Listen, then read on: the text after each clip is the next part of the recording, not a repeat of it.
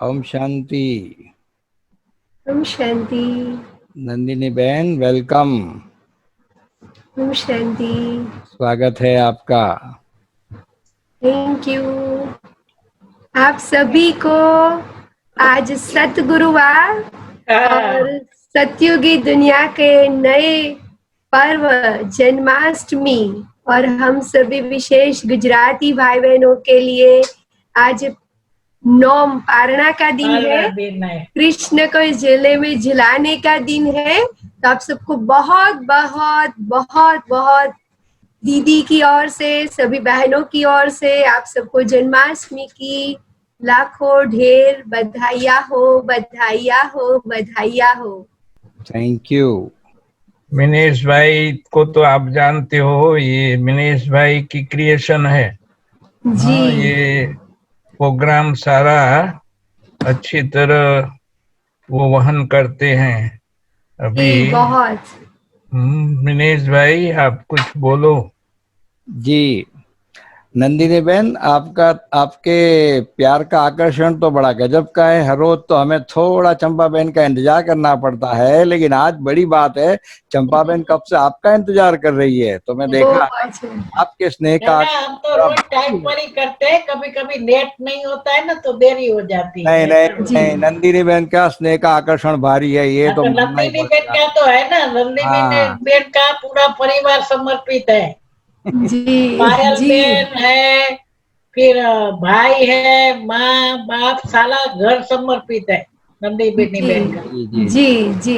चलिए, आकर्षण तो होगा ना। और हमारे गुजरात के हैं, ऑफिस गुजरात की पूरी संभालते हैं। ज्ञानामृत, किसी को ज्ञानामृत में लेख लिख के भेजना है तो नंदिनी बहन को भेजना। बिल्कुल गुजराती ज्ञानामृत में तो नंदिनी बहन का आकर्षण तो होगा ना।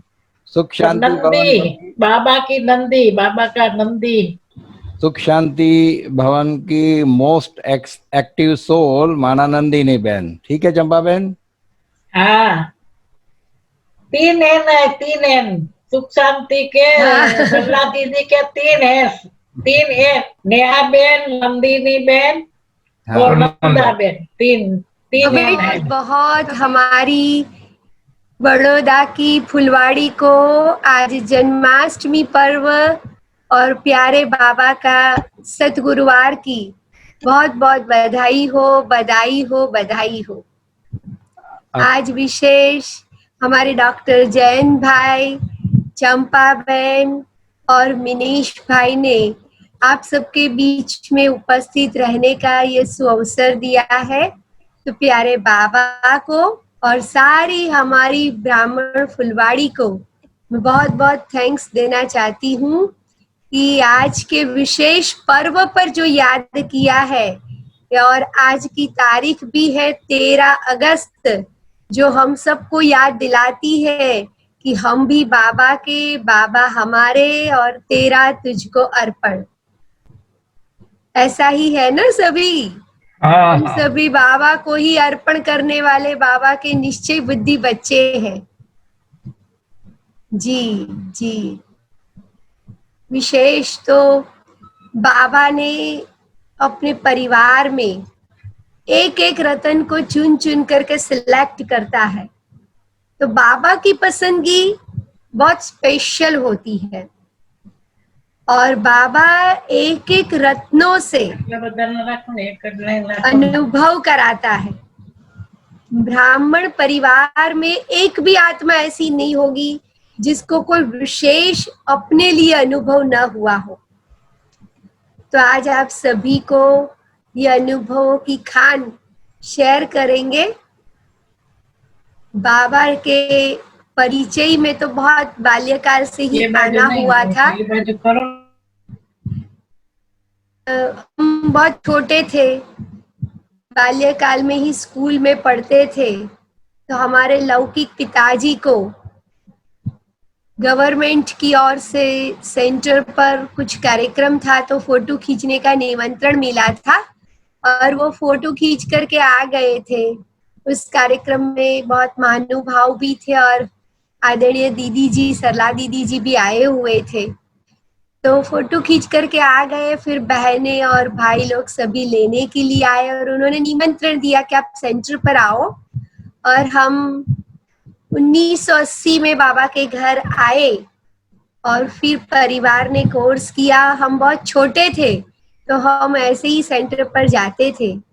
तो बहनों का स्नेह प्यार और बाबा का विशेष कमरे का आकर्षण होता था। छोटे थे तो ज्ञान इतना समझ में नहीं आता था, लेकिन बाबा का कमरा एक आकर्षित करता था।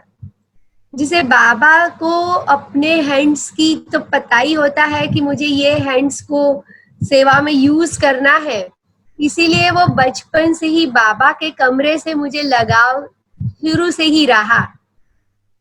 तो मैं जब भी सेंटर में जाती तो पहले बाबा के रूम में बैठ जाती, बाबा से बातें करती। छोटी थी तो इतना कोई योग करना भी पहले तो क्लियर नहीं था। फिर जैसे जैसे बड़े होते गए बहनों ने समझाया और फिर ज्ञान मार्ग में आगे बढ़ते गए।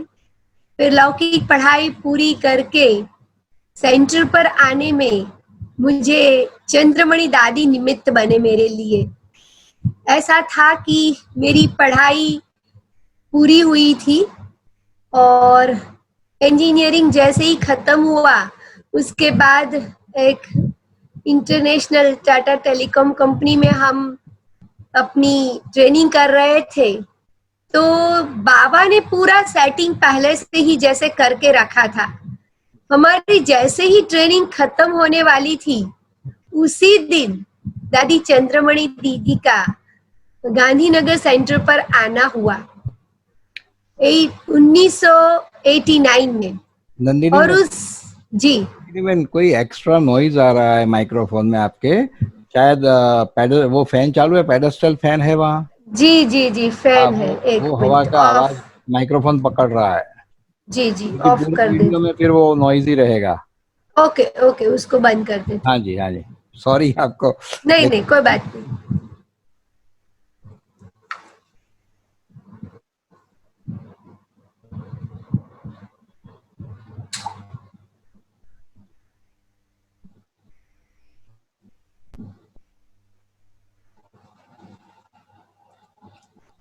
अभी ठीक है, ठीक है ना।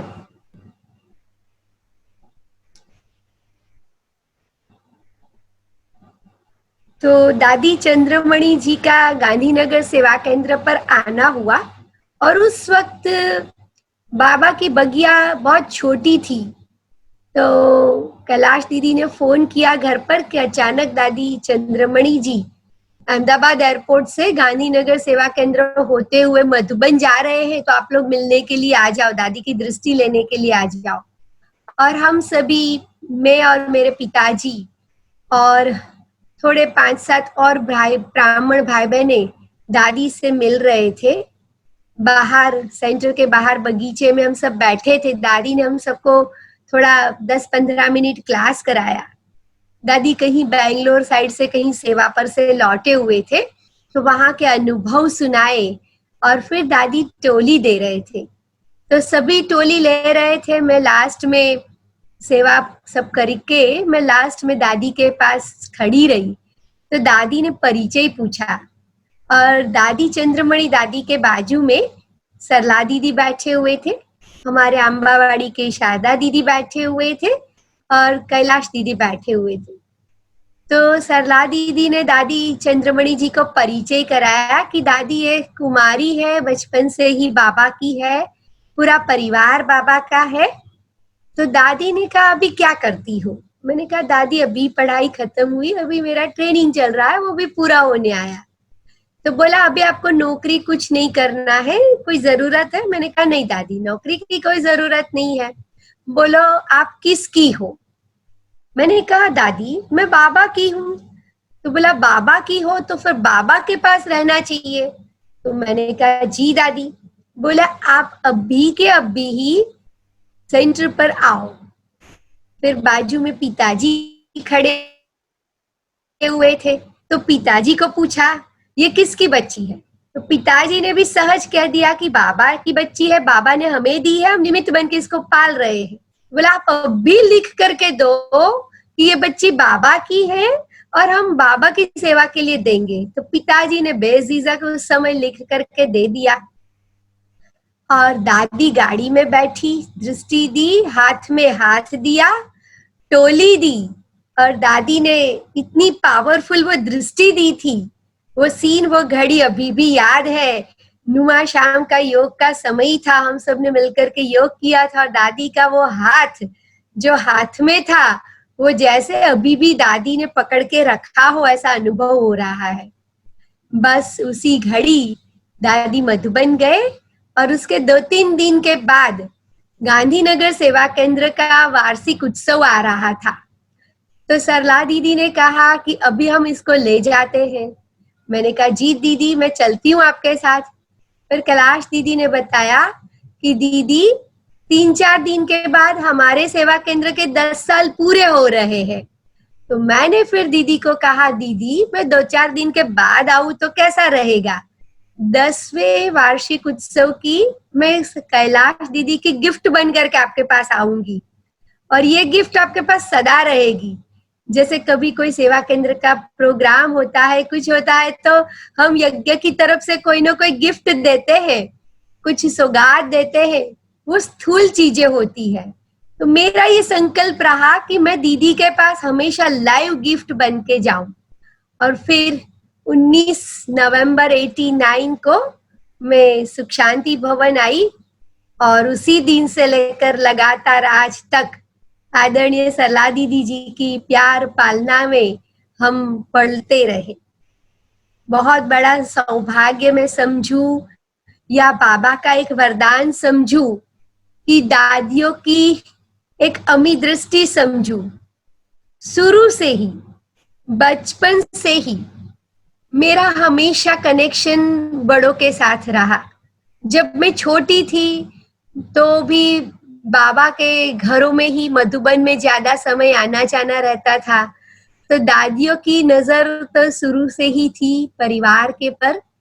और दीदी के पास अहमदाबाद में आने के बाद दीदी की यह विशेषता थी कि जो भी हैंड्स दीदी के पास आते थे तो दीदी उनको कोई न कोई उन आत्माओं की विशेषता को देख करके उनसे सेवा लेती थी। तो दादियों का आना जाना सुख शांति भवन उन दिनों बहुत ज्यादा रहता था।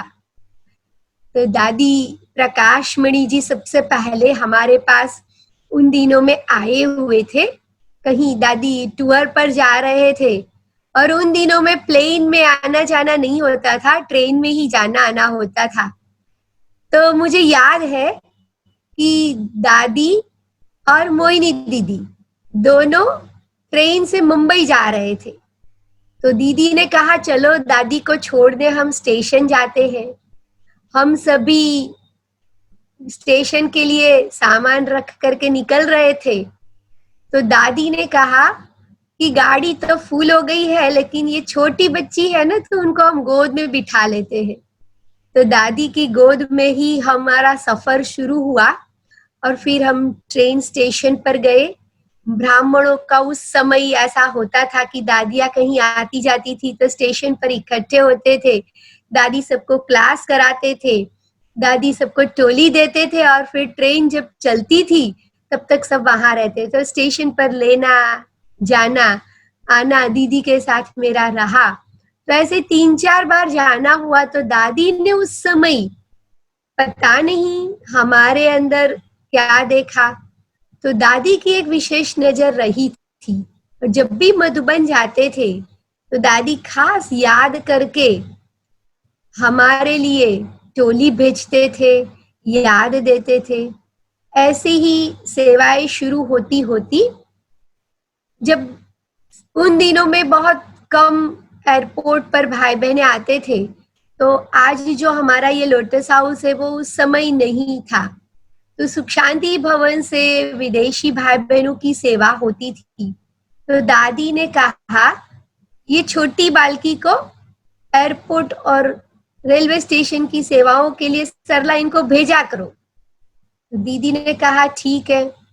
तो फिर हमने कभी लाइफ में एयरपोर्ट नहीं देखा था, हमने स्टेशन भी नहीं देखा था। दादी के एक बोल के कारण फिर वहाँ की सेवाएं शुरू हुई और विदेशी भाई बहने ग्रुप्स में आते थे तो उनको लेने जाते थे, उनको छोड़ने जाते थे। और फिर उस जमाने की बहुत अलग सिस्टम थी जो आज जितना इजी है उतना नहीं था, लेकिन सरला दीदी हमें बहुत कुछ ट्रेनिंग देते थे, बहुत कुछ सिखाते थे कि कैसे भाई बहनों को रिसीव करना है, छोड़ना है। तो मुझे उन दिनों का एक प्रसंग याद है कि बड़ी दादी नैरोबी जा रहे थे, तो स्वाभाविक रीति से हम जैसे दादियों को एयरपोर्ट छोड़ने जाते थे उन दिनों में हम लोग गए। और वहाँ उस समय थोड़े कायदे परिवर्तन हुए थे, उसकी जानकारी मुझे नहीं थी।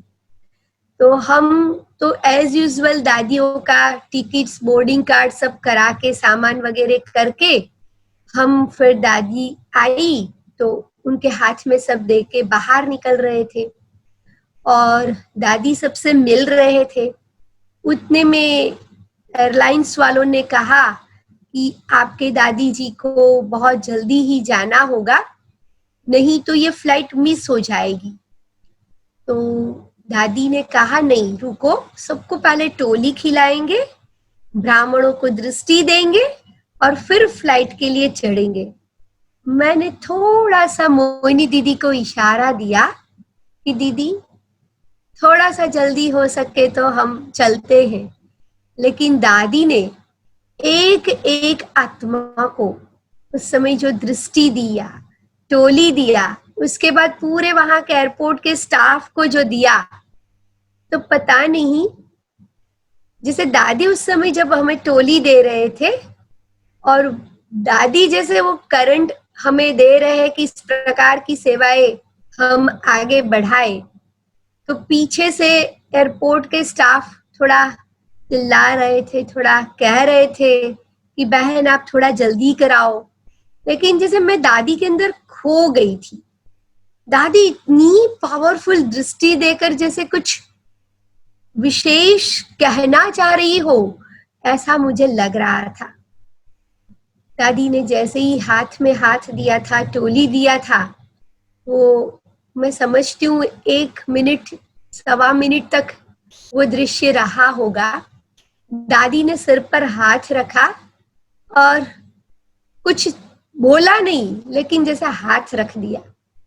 और फिर एक एक स्टाफ वालों को जब हम टोली दे रहे थे, दादी एयरपोर्ट में अंदर चले गए। उसके बाद सारे स्टाफ वालों ने इकट्ठा होकर के, दीदी खड़े थे, सभी बहनें खड़े थे, तो कहा कि आपकी दादी, जब ये बहन के सामने देख रहे थे ना, तो हमको लग रहा था कि ये देखने देखने में ही टाइम जा रहा है और कोई बोल कुछ नहीं रहा है, तो ऐसा क्यों? और उसके बाद वो स्टाफ की जो वो दृश्य देख करके जो सेवा हुई, उसके बाद उस दिन से लेकर लगातार वो स्टाफ ने हमेशा हमेशा के लिए हमारी दादियों को बड़ा रिस्पेक्टफुली, हमारे बीकेस को हमेशा बहुत आगे नंबर की सीट्स देना, ये एक सेवा उस दृश्य के माध्यम से दादी ने की। एयरपोर्ट की सेवाएं जब हम लोग कर रहे थे तो मुझे एक प्रसंग याद आता है। हमारे परम आदरणीय जगदीश भाई जी के साथ बहुत यादगार एक घटना हो चुकी थी। भाई साहब अहमदाबाद आए हुए थे और उन दिनों में अहमदाबाद में हमारे एक डॉक्टर होते थे, उनके पास आंखों का ऑपरेशन हमारे सीनियर्स का होता था, सारे दादियों का, बड़ों का। तो जगदीश भाई जी का आंखों के कैटरेक्ट का ऑपरेशन कराना था।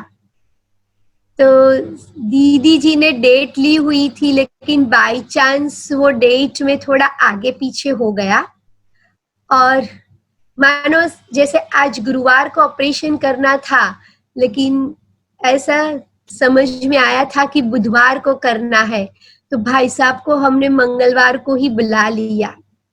अभी जब भाई साहब अहमदाबाद में पहुंचे और डॉक्टर के पास लेके गए दीदी जी, तो पता चला कि गुरुवार को करना है।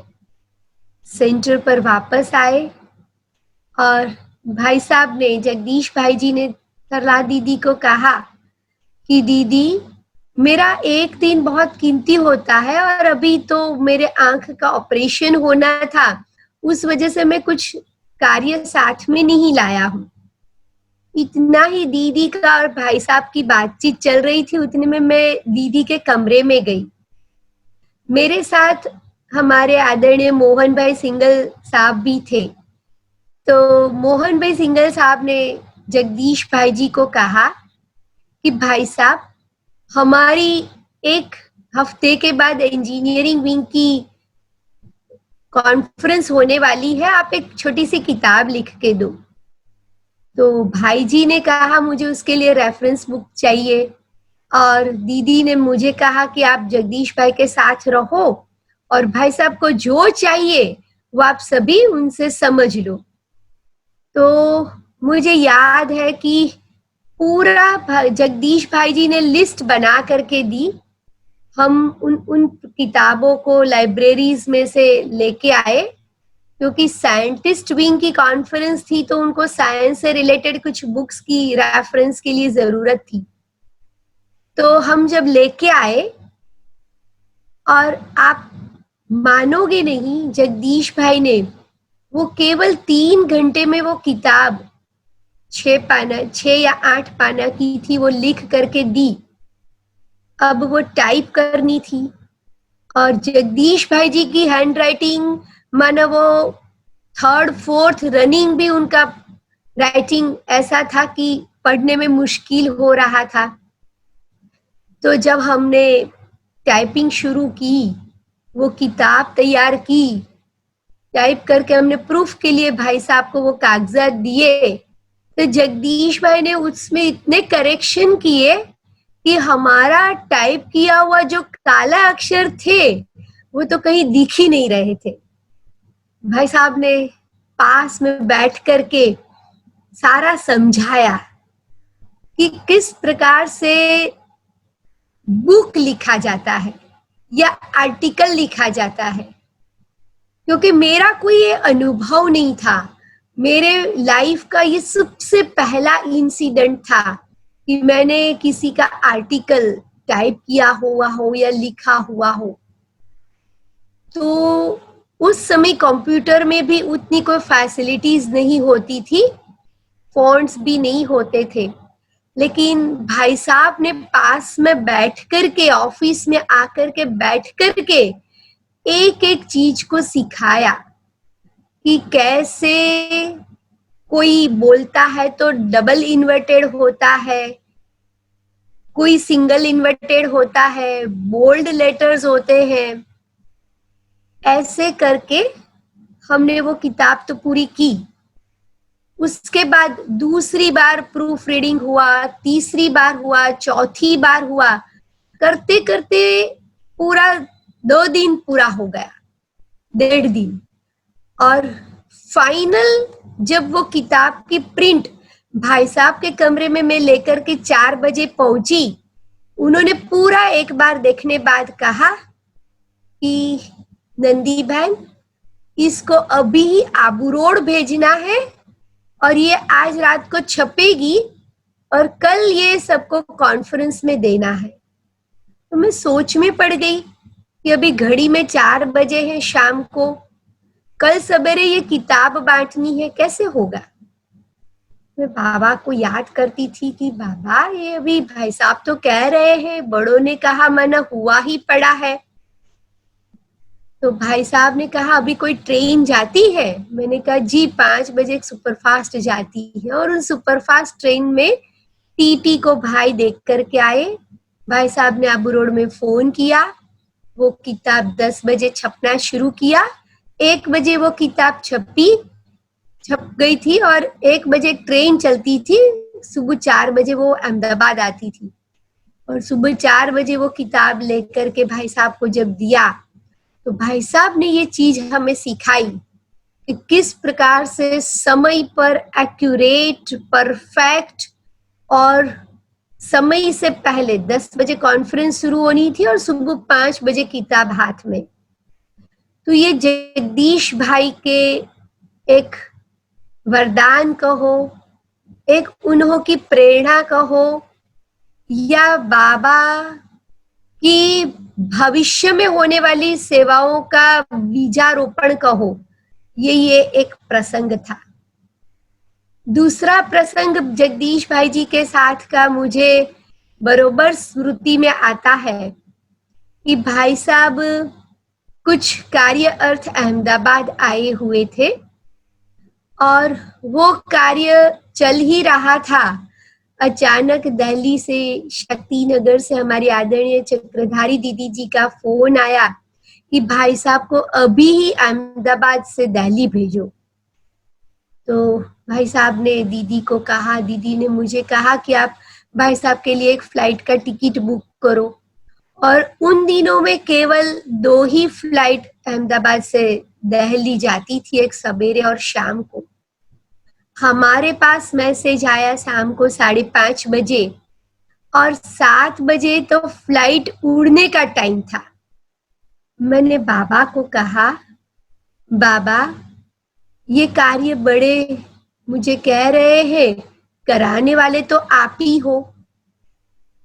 तो उन दिनों में इंडियन एयरलाइंस थी। हमने फोन किया और कहा कि जगदीश भाई जी का एक टिकट बुक करना है। बोला कि आप अभी एयरपोर्ट के लिए निकलो। और टाइम एज यूजुअल 7 बजे का हमारी स्मृति में था, लेकिन उस दिन पहले फ्लाइट प्रीपोन्ड हो गई थी। 6:30 या 6:15 का कुछ टाइम था, तो हमारे पास केवल आधा घंटा का मार्जिन था। और भाई साहब के लिए गाड़ी नहीं थी हमारे पास। उन दिनों में एक ही सेंटर में गाड़ी होती थी और गाड़ी चलाने वाला भाई तो जॉब पर जाता था, तो गाड़ी चलाए कौन।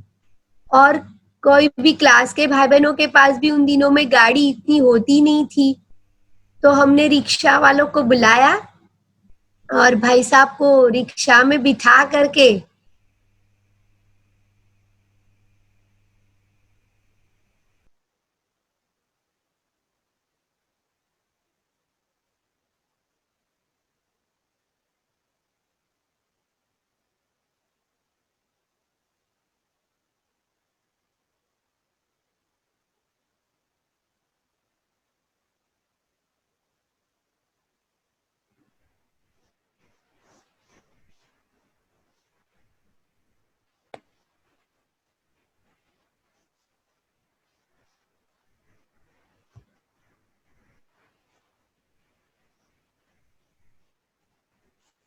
हेलो,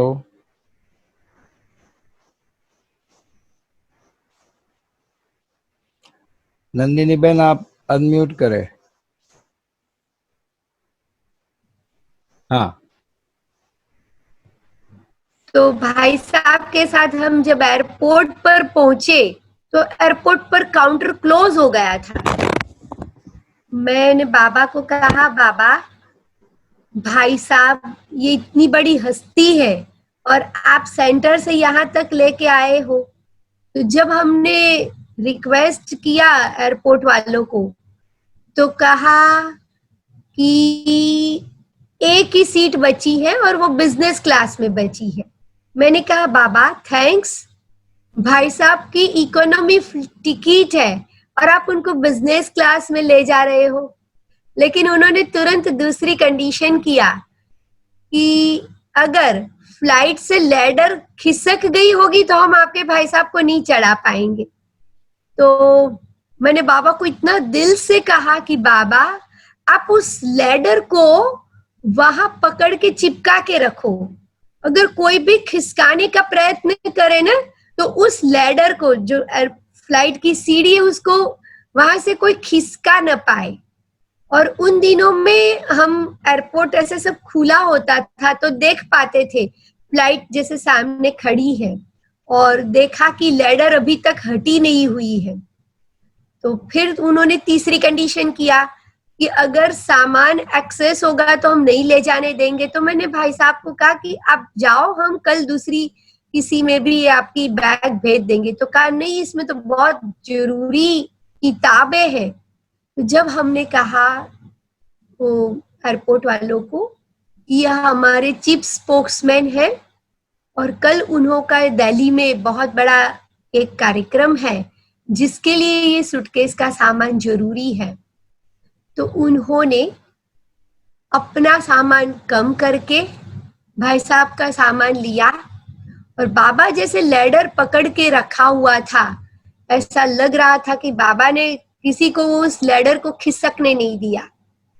और भाई साहब वहां से चढ़े, जैसे लैडर खिसकाई भाई साहब ने ऐसे बाय बाय किया बहुत दूर से, और फिर हम लोग वापस सेंटर पर आए। तो ऐसा लगता है कि जब बाबा को अपना कार्य कराना होता है तो extra power, extra touching, extra मदद बाबा देता है। और जब भाई साहब दिल्ली पहुंचे तो इतना वहां हैवी ट्रैफिक था, लेकिन सबसे लास्ट में गए थे, सबसे पहला उन्हों का सामान आ गया। और फिर भाई साहब का फोन आया कि वहां दिल्ली में कुछ हुई ऐसी सिचुएशन, तो बाकी के सारे पैसेंजर दिल्ली एयरपोर्ट में ही रुक गए थे, उनका सामान नहीं आया था इसीलिए, और भाई साहब सबसे पहले बाहर आ गए थे। तो सचमुच बाबा को जब ऐसा कार्य कराना होता है तो निमित्त चाहे किसी को भी बना लेता है, लेकिन जब वो कार्य पूरा होता है तब पता चलता है कि बाबा क्या हमसे कराना चाहता है। इसी प्रकार जब लोटस हाउस हमारा छोटा सा था, लेकिन विदेशी भाई बहनों की सेवाएं सुख शांति भवन से होती थी, तो हम बहनें और भाई लोग आते जाते थे।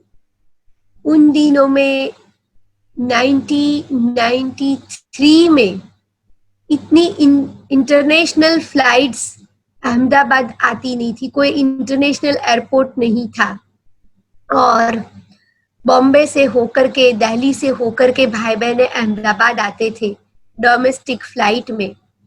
तो उन दिनों में उन सारी फिजिकल टिकट्स होती थी, उसको रिकन्फर्म कराना होता था, फिर विदेशी भाई बहन जा सकते थे।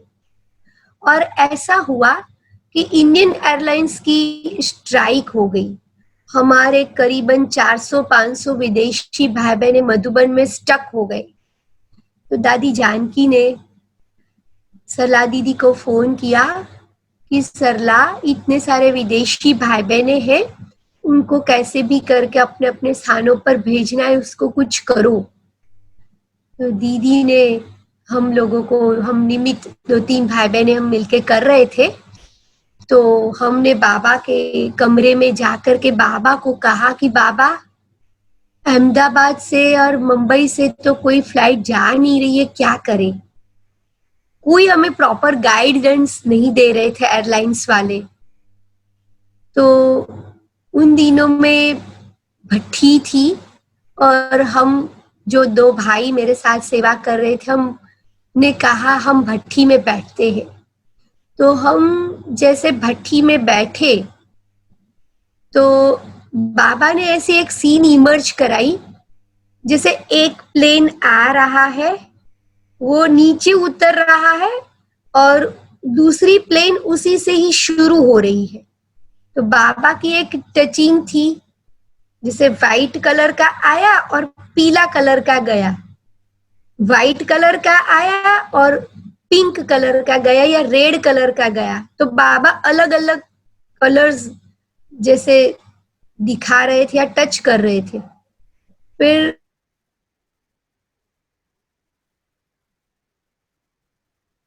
भट्ठी 2-3 घंटे की पूरी हुई तो माना बाबा हमको कुछ कह रहे हैं, और हम जब दूसरे दिन सवेरे एयरलाइंस की ऑफिस में पहुंचे तो हमने कहा हमारे विदेशी भाई बहनों के लिए कोई दूसरा प्लेन नहीं हो सकता है, कुछ व्यवस्था आप कीजिए। तो उन्होंने कहा ऐसे तो कुछ हो नहीं सकता है, लेकिन आप कहते हो तो हम कोशिश करते हैं। उन्होंने अपनी बड़ी ऑफिस वालों से बात किया और कहा कि आप एक ऑफिशियल ईमेल करो और आपके लिए जितने पैसेंजर हैं उनकी टिकट को हम एंडोर्समेंट करके दूसरे एयरलाइंस में हम आपको भेजेंगे और आप लोगों से एक्स्ट्रा चार्ज नहीं करेंगे।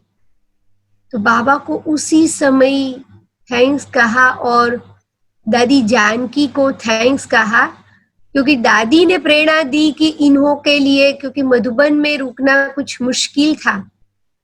तो जैसे जैसे हम नई नई एयरलाइंस की ऑफिसेस में जा रहे थे तो उन्हों से परिचय होता गया, ये बाबा का एक प्लानिंग कहो।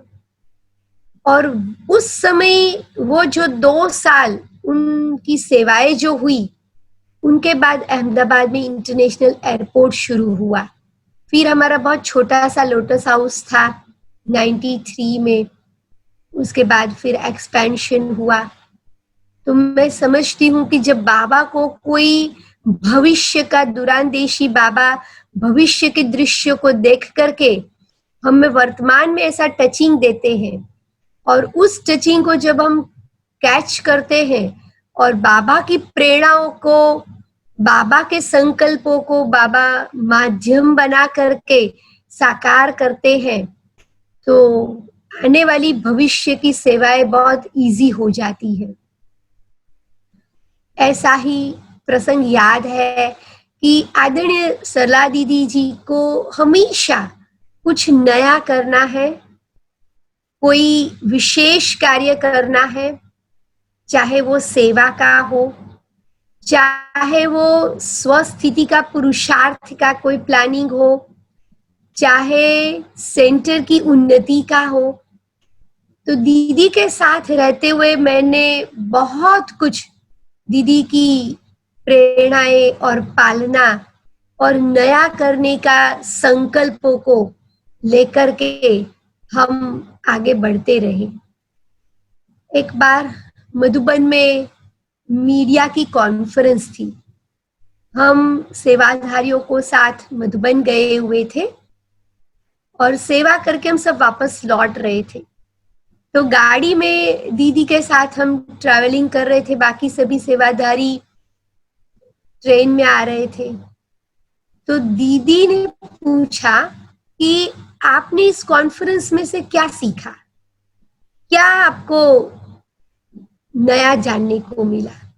तो मैं दीदी को बता रही थी कि दीदी ये नए परिवारों से मिलना हुआ, नई सेवा इस प्रकार से होती है, हमें पता नहीं था। आज से 20-25 साल पहले की ये बात है कि उन दिनों में मीडिया बहुत छोटा था, इलेक्ट्रॉनिक्स मीडिया का भी इतना प्रभाव नहीं था। आजकल जो हम देख रहे हैं सोशल मीडिया और ये सारे प्लेटफॉर्म्स, उन दिनों में तो कुछ नहीं थे। लेकिन दीदी ने मुझे कहा अभी आपको इस वर्ग की सेवा करनी है। मैंने कहा दीदी मेरे इन वर्ग से कोई ज्यादा कनेक्शन नहीं है, लेकिन जैसे दीदी ने कहा और बाबा का जैसे कोई इशारा हो, दीदी जब कह रहे थे तो मुझे वो दृश्य लग रहा था। दीदी मेरे साथ गाड़ी में बैठे थे और बाबा का एक फोटो गाड़ी में सामने डैशबोर्ड पर लगा हुआ था। तो बाबा जैसे आंखों से हाँ कह रहा है कि बच्ची ये सेवा तुम्हें करनी है, क्योंकि बाबा को पता होगा कि आगे ये सेवा होने वाली है। और फिर वो सेवाएं जब शुरू की तो मीडिया का भी नहीं मालूम था, और वो सेवाएं करते करते करते करते करते फिर आज मीडिया के क्षेत्र के भाई बहनों की बाबा बहुत वंडरफुल सेवाएं करा रहे हैं। आज तो इतने घनिष्ठ सारे मीडिया वालों से संपर्क बाबा के घर के भाई बहनों से हुए हैं कि वो लोग फोन करके ही हमारे सारे न्यूज वगैरह के कवर करते हैं। दीदी के साथ रहते हुए हमने दीदी में से एक्यूरेसी का गुण सीखा। दीदी बहुत एक्यूरेट थे। समय की पाबंदी जो दीदी के अंदर थी वो आज दिन तक मैंने किसी औरों में नहीं देखी। कहीं जाना होता था तो दीदी हमेशा आधा घंटा पहले पहुंच जाते थे, और वो दीदी मुझे बार बार कहते थे, क्योंकि मेरा हमेशा लास्ट मोमेंट पर कुछ ना कुछ काम आ जाता था, थोड़ा सा आगे पीछे हो जाता था, तो दीदी मुझे टोकते भी थे कि नंदी बहन आप थोड़ा सा इस चीज को फोकस करो।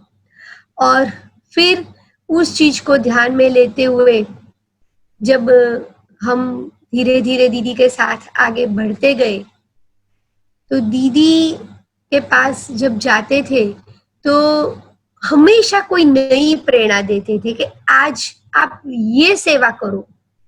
जैसे मुझे याद है कि आज से 12 साल पहले यज्ञ में मूल्य शिक्षा और अध्यात्म का कोर्स शुरू होना था, और काफी भाई बहनों की रुचि भी थी, काफी भाई बहनें मना भी कर रहे थे। तो दीदी ने इतना ही कहा, आप लोगों को इससे क्या फायदा होगा, आप सोचिए और फिर आगे बढ़िए। तो हम लोग सभी, मुरली चल रही थी और मुरली में कुछ शिक्षा की बात आई, तो दीदी को लगा कि ये चीज कुछ फायदेमंद है, और दीदी ने वो जैसे स्वीकृति दी, तो उसकी भी बहुत अच्छी फल स्वरूप सेवाएं हुई। क्योंकि बाबा जानी जाननहार है, बाबा को सेवा करानी होती है तो कैसे सेवा कराता है, ये मैं इसलिए कह रही हूं कि मूल्य शिक्षा का जब प्रारंभ हुआ कोर्स 2009 में, और 2010 में हम लोग अहमदाबाद की सेंट्रल जेल में गए हुए थे, मुरली क्लास करा रहे थे। क्लास कराते कराते एक मन में प्रश्न हुआ कि यहाँ भी कुछ कैदी भाई बहने होंगे और वो भी ग्रेजुएट होंगे, तो इनको ये कोर्स करा सकते हैं। अब इसके पीछे कितनी बड़ी सेवा है ये तो बाबा ही जानता था, लेकिन वो क्लास में वो टचिंग बाबा ने दी। जैसे ही वहां मुरली क्लास खत्म हुआ तो हम 2 बहनें थी, हम लोग वहां सुपरिटेंडेंट को मिले, सीनियर ऑफिसर्स को मिले, और फिर आगे कार्यवाही की। और हमें न मन न चित्त, हमने वहां जाकर के एडमिशन सबके कराए।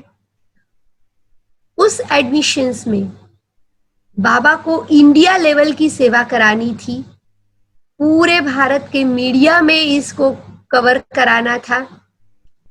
तो जो पहली बैच थी उसमें कुछ हमारे सीनियर्स आईएएस ऑफिसर्स थे, आईपीएस ऑफिसर्स थे, जिन्हों की कैरियर थी तब सेवा हुई थी, और फिर ये लोग कुछ कारण सर जेल में आ गए थे, कुछ टेररिस्ट थे।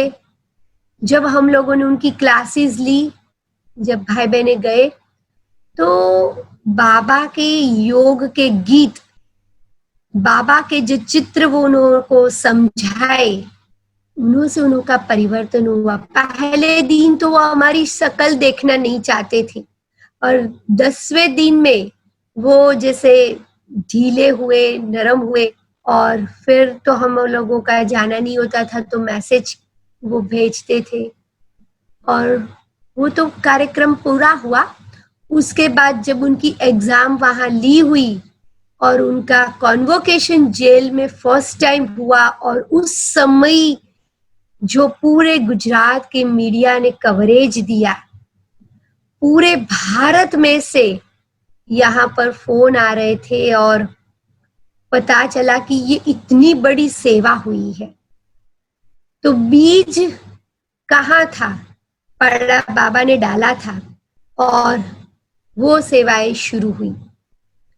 तो सेवाओं के फील्ड में तो बाबा ने नवीन नवीन सेवा कराते रहे। समय समय पर बाबा टचिंग और प्रेरणा देते रहते थे। उस हिसाब से हम कुछ न कुछ नई बातें इनोवेटिव करते रहे। लेकिन मेरा हमेशा दादियों के संग, बड़ों के संग और महारथियों के संग पालना हुई। जैसे मोहिनी दीदी के साथ शुरू से ही कनेक्शन बचपन से ही रहा, तो वो बहुत ही उमंग भरते रहे, उत्साह भरते रहे और अहमदाबाद आते थे तो हमारे साथ बैठते थे, हमें एक एक चीज सिखाते थे कि किस प्रकार से टोली बनाना है, भोग बनाना है।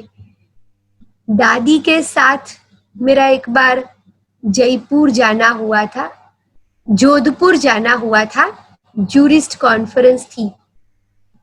हम यहाँ से कुछ भाई बहने गए हुए थे और दादी और मोहिनी बहन आए हुए थे। तो वहाँ की बहनों को इतना दादियों का आना जाना नहीं होता था उस दिनों में, 93 की बात कर रही हूँ। तो मोहिनी दीदी ने कहा कि आप आए हो, आप हमारे साथ रहिए दादी के साथ। और दादियों के 2-3 दिन दादी के साथ रह करके दादियों की सेवा में रही। जैसे आजकल तो दादियों के साथ पूरा उनका स्टाफ रहता है, सभी भाई बहने रहते हैं, उन दिनों में नहीं था। तो ऐसे बड़ी दादी के साथ, मोहिनी दीदी के साथ सेवा में 3-4 बार अलग अलग जगह पर रहना हुआ। दादी की दृष्टि मिलती रही, प्रेरणाएं मिलती रही, दादी का प्यार जो मिला वो तो हम भूल नहीं सकते हैं। बड़ी दादी ने मुझे बहुत आगे बढ़ाया। मुझे याद है एक बार राखी का प्रसंग था, मधुबन में भट्टियां चल रही थी, हम सभी बहनें, छोटी बहनें भट्टी कर रही थी। दीदी खास दादी को राखी बांधने के लिए आए थे। तो राखी बांधने के समय मैं बहुत दूर खड़ी थी। मैंने सोचा बड़ों के पास जब तक न बुलाए तब तक हम नहीं जा सकते हैं। मैं बहुत छोटी थी उस समय, तो मैं कोने में चुपचाप खड़ी थी। तो मेरे को संकल्प चला कि दादी से मैं राखी बंधवाऊं।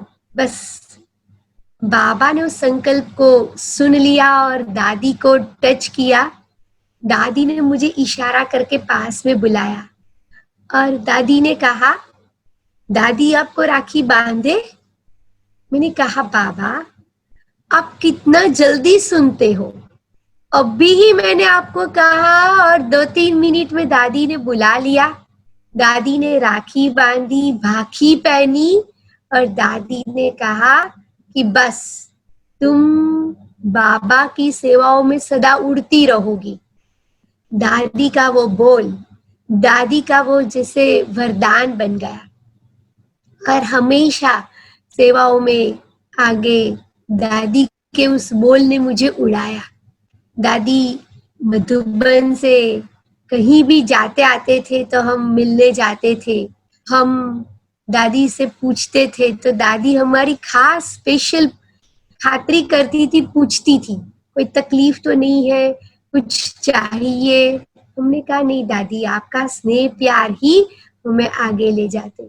ऐसे ही जो मैंने प्रसंग सुनाया था कि फ्लाइट्स जब एयर इंडिया की बंद हो गई थी, उन दिनों में हम पूरी बाबा की सीजन मधुबन में बाबा को मिलने नहीं जाते थे। और पूरी सीजन जब पूरी होती थी तो लास्ट बाप दादा का जब टर्न होता था, उसी दिन सवेरे हम पूरे सुख शांति भवन के भाई बहने एक साथ जाते थे। जाकर पहुंचकर फ्रेश होकर बाबा की मुरली सुनते थे और रात को ही तुरंत निकल जाते थे, क्योंकि उन दिनों में बहुत पार्टियों की सेवा होती थी तो हम लोगों को मधुबन में इतना रहने का चांस कम मिलता था। लेकिन दादियों की और बड़ों की पार और प्यार और पालना जो मिलती थी तो हमको लगता था कि हम मधुबन निवासी हैं, मधुबन के कमरे में हैं। तो हम जैसे ही सारा ग्रुप मधुबन पहुंचा, फ्रेश हुए, बड़ी दादी से मिले। उन दिनों में दादी जानकी इंद्रप्रस्थ में रहते थे तो हम सभी इंद्रप्रस्थ में पहुंचे। इंद्रप्रस्थ में बहुत छोटी सी जगह थी और हम 30-35 भाई बहने थे। हम सभी बैठे। मैं सबसे छोटी थी सेंटर में रहने वाले परिवारों में, तो मैं बहुत दूर साइड में खड़ी थी दादी सबको दृष्टि दे रहे थे और फिर दादी ने हम सबको पास बुला करके कहा कि ये जो फ्लाइट सभी की कैंसिल हो गई और आप सभी ने उसको मेहनत करके चेंज किया, तो दादी ने इतना दुलार दिया, इतना प्यार दिया गोदी में, जैसे सिर रख करके दादी ने ऐसे हाथ रखा और दादी के वो शब्द थे कि मैं कैसे हमारे भाई बहनों का थैंक्स करूं। मैंने कहा दादी आपका तो अधिकार है, थैंक्स नहीं होता है। तो दादी के प्यार के कारण कितनी भी कठिन सेवाएं होती थी, कितनी भी हार्ड सेवाएं होती थी, लेकिन दादियों का प्यार, वरिष्ठ भाइयों का प्यार हमें बहुत ही सहज कर देता था। निर्भर भाई के साथ भी बचपन से ही हम प्यार पालना में पले, अंकल कह के ही बुलाते थे। बड़े हो गए, सेंटर पर रहने आ गए तो भी हम अंकल ही कहते थे। तो कुछ भी होता था तो मधुबन जब जाते थे तो मधुबन में निर्भर भाई से बैठते थे, तो बचपन की स्मृति वो दिला करके इतने हल्के कर देते थे और कहते थे कि कुछ भी हो तो आप लोग मधुबन आ जाओ, रिफ्रेश होने आ जाओ। तो इस प्रकार से मेरा तो ये परम सौभाग्य रहा कि प्यार और पालना बड़ों के साथ ही हुई और बड़ों ने हमें आगे बढ़ाया। जैसे आशीर्वाद के हाथ हमारे पूर्वजों का हमारे सिर पर ही है और आज जो हम हैं वो बड़ों की आशीर्वाद, दुआएं और उन्हों की एक हम सबके प्रति शुभ भावना, वही हमें ऊंचे स्थान पर पहुंचाती है। मेरा बड़ों के साथ जो कनेक्शन रहा, उतने में ही बाप दादा के साथ जब व्यक्तिगत मुलाकात होती थी तो बाबा ने मुझे एक वरदान दिया था कि सेवा में तुम ब्रह्मा मुख वंशावली हो। उन दिनों में तो मुझे ये शब्द का इतना अर्थ पता नहीं था, लेकिन फिर थोड़े समय के बाद जब फिर से अव्यक्त बाबा से मिलना हुआ था तो बाबा ने टोली देते समय फिर से वो वरदान को स्मृति में दिलाया। तो आज लगता है कि बाबा को क्या से क्या सेवा करानी होती है, या कई बार हमारी स्थिति के आधार से, कई बार हमारी चलन के आधार से, कई बार हमारी प्रेजेंस के आधार से भी सेवा होती है। क्योंकि मेरा थोड़ा रोल बाहर की सेवाओं का भी रहा, तो जब हम सेवाओं में बाहर जाते थे तो मैं हमेशा बाबा के कमरे से बाबा की छुट्टी लेकर, या कभी मनोमन बाबा की छुट्टी लेकर, या बाबा को कहती थी बाबा चलो इस आत्मा को आप टच कराना। तो आज दिन तक मेरा ये व्यक्तिगत अनुभव रहा कि कितनी भी बड़ी हस्ती क्यों न हो, लेकिन उनको मिलने में, उनको कुछ कहने में, उनको निमंत्रण देने में, उनको या ज्ञान की बातें करने में बाबा आकर के जैसे करा के जाता, बाबा आकर के बता के जाता, या दादियां जैसे मेरे बैकबोन में है और वो मुझे कह रहे हैं, सरला दीदी मुझे बल भर रहे हैं, फोर्स दे रहे हैं, ऐसे अनुभव बाबा कराता है। और बाबा की सेवा तो बाबा निमित्त मात्र बना करके कार्य वो अपना कराता है। तो निमित्त जब बाबा बनाता है ना, तो हम बाबा को कहते हैं कि बाबा हम तो केवल और केवल निमित्त है, बाकी उसके भी शेयर आपको ही जमा होंगे। तो इस प्रकार से विशेष बाबा के प्यार पालना, दादियों के प्यार पालना और बड़ों के अंग संग का ये अनुभव रहे। कुछ और भी ऐसे प्रसंग है, लेकिन अभी समय की कुछ सीमाएं हैं और अभी हम आप सबको फिर कभी समय होगा तो मिलेंगे और दादियों के और प्रसंगों को सुनाएंगे। मनोहर दादी के संग है, ऐसे निर्मल शांता दादी के संग है, ब्रिजमोहन भाई के साथ के कुछ ऐसे विशेष अनुभव है, जयंती बहन के है। तो हमेशा एक महारथियों के संग रहने का बाबा ने मुझे वरदान दिया है या पता नहीं सौभाग्य दिया है या ड्रामा में ये पार्ट है, तो मैं बाबा को बहुत थैंक्स करती हूँ। और आप सभी को भी बहुत बहुत थैंक्स कि आप सभी से आज रूबरू मिलना हुआ, मुलाकात हुई। और आप सबको भी मैं सुख शांति भवन बाबा के ये बेहद घर में आने के लिए बहुत दिल से निमंत्रण देती हूँ। दीदी का घर आपका घर है, और अभी भी जैसे दीदी तो हमारे संग ही है, सूक्ष्म में दीदी अनुभव कराती है, बता के जाती है, प्रेरणाएं देती है। तो आप भी आइए और दीदी की प्रेरणाओं को आप भी कैच करो, और आप सभी ये लॉकडाउन संपूर्ण खुल जाए, सब परिस्थितियां ठीक हो जाए, तो आप सब जरूर सुख शांति भवन जयंत में पूरी फुलवाड़ी को आप लेकर आइए। जरूर जरूर, आपको भी बड़ौदा में आना है हमारे पास लॉकडाउन खुले। जरूर आपको बहुत बहुत हमारे डॉक्टर जैन भाई, चंपा बहन, हमारे कारेली, बाकी सारी फुलवाड़ी को बहुत बहुत थैंक्स। हमारे पोलोमी मिनेश, बेन है, पोलोमी बेन भी है। अच्छा, बोलो ओम में शांति। ओम शांति पोलोमी बहन। ओम शांति। और हमारे मिनेश भाई, हिमानी बहन, आपको भी बहुत बहुत थैंक्स कि आप बहुत मेहनत करते हो, बहुत सबसे कनेक्शन में रहते हो, और सबको ग्रुप बाय ग्रुप सबको लाइव ले आते हो। बहुत अच्छा लगता है, हम सभी को सुनते हैं। अच्छा, आपको जी। समय मिलता है, सुनने का समय मिलता है आपको? हाँ, हम रात्रि को जब सोते हैं तब तो उस समय सोते हैं, या हम जब कुछ ऐसा काम होता है जो हाथ से करना होता है, हाँ, मन बुद्धि फ्री होती है, तो फिर हम उस समय लगा देते हैं और सुनते हैं। तो अच्छा। काफी अनुभव हमने शिव स्मृति के जरिए सुन गए, और हमारे लौकिक माता जी तो शिव स्मृति के इतने फैन हैं, और वो तो दिन शुरू होते ही शिव स्मृति के साथ करते हैं। भाई सब ताली बजाओ, आपकी अपनी चैनल इतनी मशहूर हो गई।